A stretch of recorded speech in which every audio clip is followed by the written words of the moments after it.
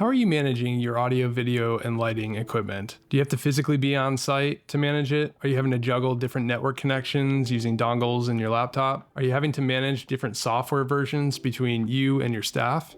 Hey there, my name is Joe. I've been leading church production teams for the last 7 years, and in this video, I'd like to introduce you to something that has changed how we manage our equipment across all of our campuses. It's called an engineering computer. As production equipment has become more software driven, it's become the norm to program it using computers. Things like your audio console and your video switcher probably has software that you can install on your computer to manage that equipment. This is super convenient, and we all probably are using our laptops because that's the computer we have on us. But I found some interesting issues when I use my laptop exclusively to program equipment. Let me explain. The first issue I found is I'm a Mac user. I'm not knocking Mac by any means, but there are some production equipment that only has software for Windows. Things like our Digico console only offer a Windows-based software. I can't install it on my Mac. Now there are ways around that. I could spin up a Windows virtual machine and load the software on that, but it's a bit more cumbersome. I'm having to manage a second OS on my own laptop, and it takes up hard drive space that I really don't care to give up. The second issue I ran into was trying to connect to the equipment remotely. If I was working from home or from a coffee shop and I needed to connect to some equipment to manage it, I would find that some of the programs would get buggy over a VPN, which isn't great when I'm in a pinch and I really need to connect quickly to fix a problem. It would bog down or freeze completely, and I can't really have that when I need to fix the issue right then and there. The third issue I ran into was version control, meaning I have a version of the software to manage some equipment on my computer. A staff member has a newer version of that same software to manage the equipment. And now there's an issue with me trying to open up a config file because the last time it was opened on a newer version of that software. So what's been our solution? Well, we have a designated computer at each of our campuses that's sole job is to manage the equipment at that campus. It's a computer that lives in our gear racks at all of our campuses, and it's able to connect to multiple different networks like our main production network, an audio network, and our lighting network. And from there, it's able to connect to and program all of the different equipment that sits on those networks. So what are the benefits? First, it's physically on premises, and it's running 24/7, which means I'm able to use something like Splashtop or TeamViewer, or I'm able to VPN into our church network and then use something like Remote Desktop or VNC, depending on whether it's Windows or it's Mac, to connect to it and then open the software from there to manage our equipment. That means I don't have to worry about launching the software over the VPN and potentially having it crash or run really slow. The second benefit is it already has all of the software we need to manage the equipment preloaded on that computer. I don't have to worry about going and finding something and installing it real quick to then manage equipment. It's already installed. I'm also not having to worry about different software versions because this is the only place we connect from. So it should be the only place that software is installed. The final benefit is it's sitting on multiple networks at a single time. I don't have to worry about running around plugging, my laptop using a dongle and an Ethernet cable into a bunch of switches. It's already connected to all of them. Additionally, with the VPN, I'm not able to access something like our audio network that's isolated. This allows me the ability to just connect to that computer and I can manage the devices on that isolated network. So let me show you what I'm talking about. I'm going to log into one of our engineering computers. So as you can see, we are not on my Mac laptop that is at my desk. We are on a Windows computer, and this is a physical Windows computer that is sitting in one of our racks at our campuses, and I'm connected to it over VPN, and I'm using Remote Desktop as the software to connect to the computer.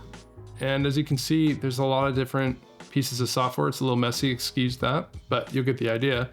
We have Meyer speaker processing software. We have ROS dashboard, NDI software, QSYS.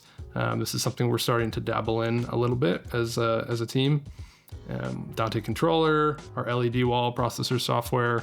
And then you got things like Wireless Workbench and Sennheiser and X32. And again, I think you get the point. All of this software just gets to live on this one computer. It's all connected to multiple different networks. And so I'm able to log into our Dante controller and manage our audio routing and whatnot over our audio network, which is something I would never be able to do just over VPN from my laptop.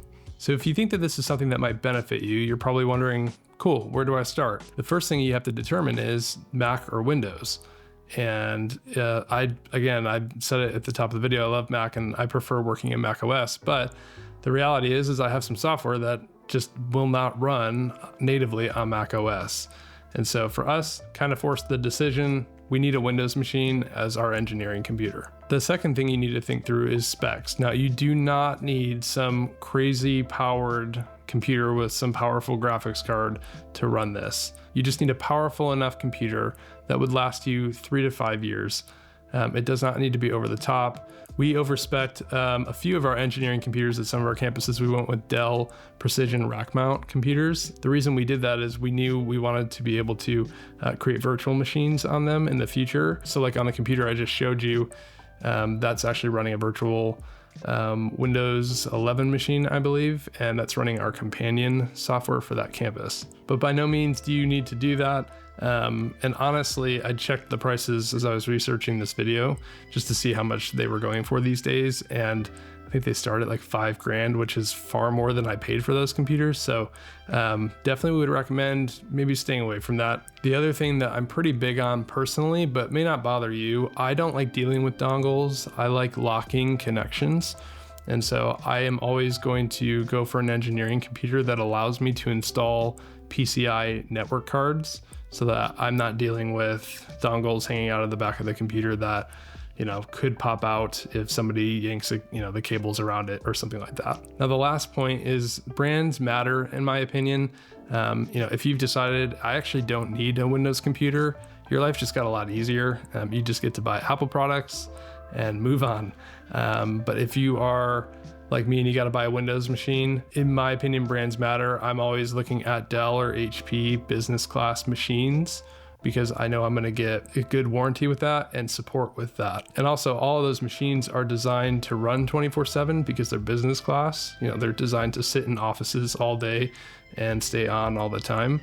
And that's exactly what this machine's going to do. It's going to be on 24/7 so that I can access it whenever I need to. Now, if you are a Mac user, again, your life is easy and you have the ability to just pick up one of these new Mac minis that are $600.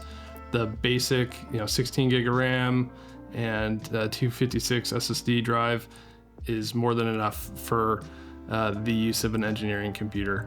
It should have all of the I/O that you need to be able to connect to multiple networks. Again, it's using dongles, which is fine. Again, it's not I don't prefer that, but if I was able to just use a Mac and not have to go Windows, I personally would just deal with the dongles for $600.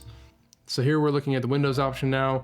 Like I said before, Dell and HP would be my go-to, Dell being my number one choice as a former IT guy.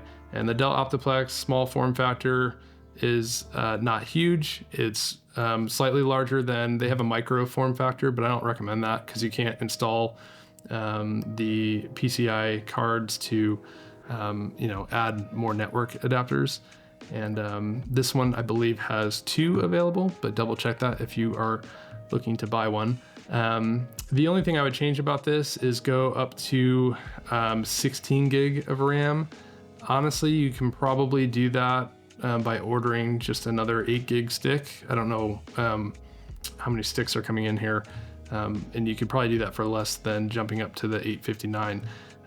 Also, I see this and I go, I'm never going to use Wi-Fi to connect to the networks. I'm always going to be hardlined, so I don't care if it has Wi-Fi. I don't really care to pay for that. So, but yeah, this could be a great option for you. Something else to consider, I don't know if I'll see it here, but as you go through and add to cart and go to pay for it, Dell does offer on some of their machines, and I would assume it'd be on the Optiplex, business level support. I highly recommend that. If there's an issue with the computer, they come out to fix it, depending on the level of support that you get. They might have you do a little bit of the legwork, but being able to just pick up the phone, call a number, run through some diagnostics with them, and either ship them a bad hard drive or they come out to like fix a motherboard or whatever the issue may be, having that level of support is huge. So there you have it. If you want to streamline how you're managing your equipment, I highly recommend getting yourself an engineering computer. If you found this content valuable, like and subscribe, and I'll see you in the next one.